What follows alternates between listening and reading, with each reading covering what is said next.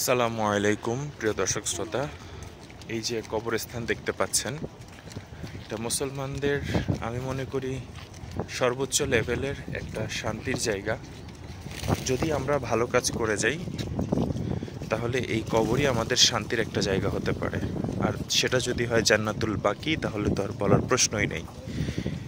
আমি এখন দাঁড়িয়ে আছি জান্নাতুল বাকির সেই কবরস্থানে। অসংখ্য দর্শনার্থী, আমিও আসছি পবিত্র উমরা পালন করার পরে এখানে এই কবরস্থান পরিদর্শনে বা দেখতে।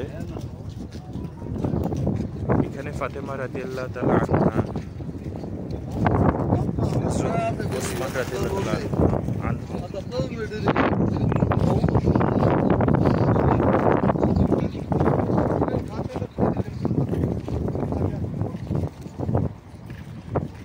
প্রত্যেকেই এখানে শায়িত আছেন, কিন্তু কোথায় শায়িত আছেন এটা আইডেন্টিফিকেশন করা যায় না।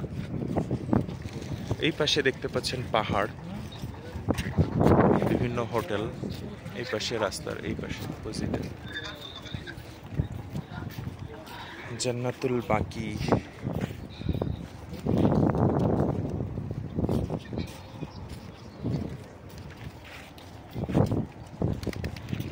আসলে এই কবরের মাটি ভাগ্যে জোটাটাও আর একটা বড় ধরনের ভাগ্য।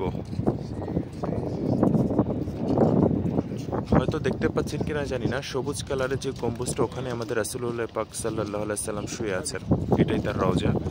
এই মসজিদের মিনারটা হচ্ছে মসজিদে নববীর মিনার।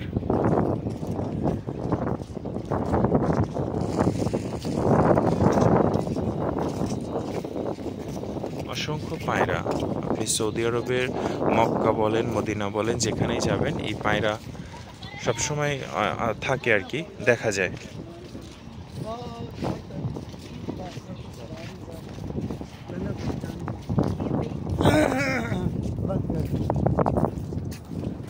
আশা করি একজন মুসলমান হিসেবে এই কবরস্থানটা দেখতে পেরে আপনাদের ভালো লাগবে, এবং এটা অবশ্যই ইতিহাসের দর্শনীয় একটি স্থান, যেখানে হাজার হাজার মুসলিম নরনারী শায়িত আছেন।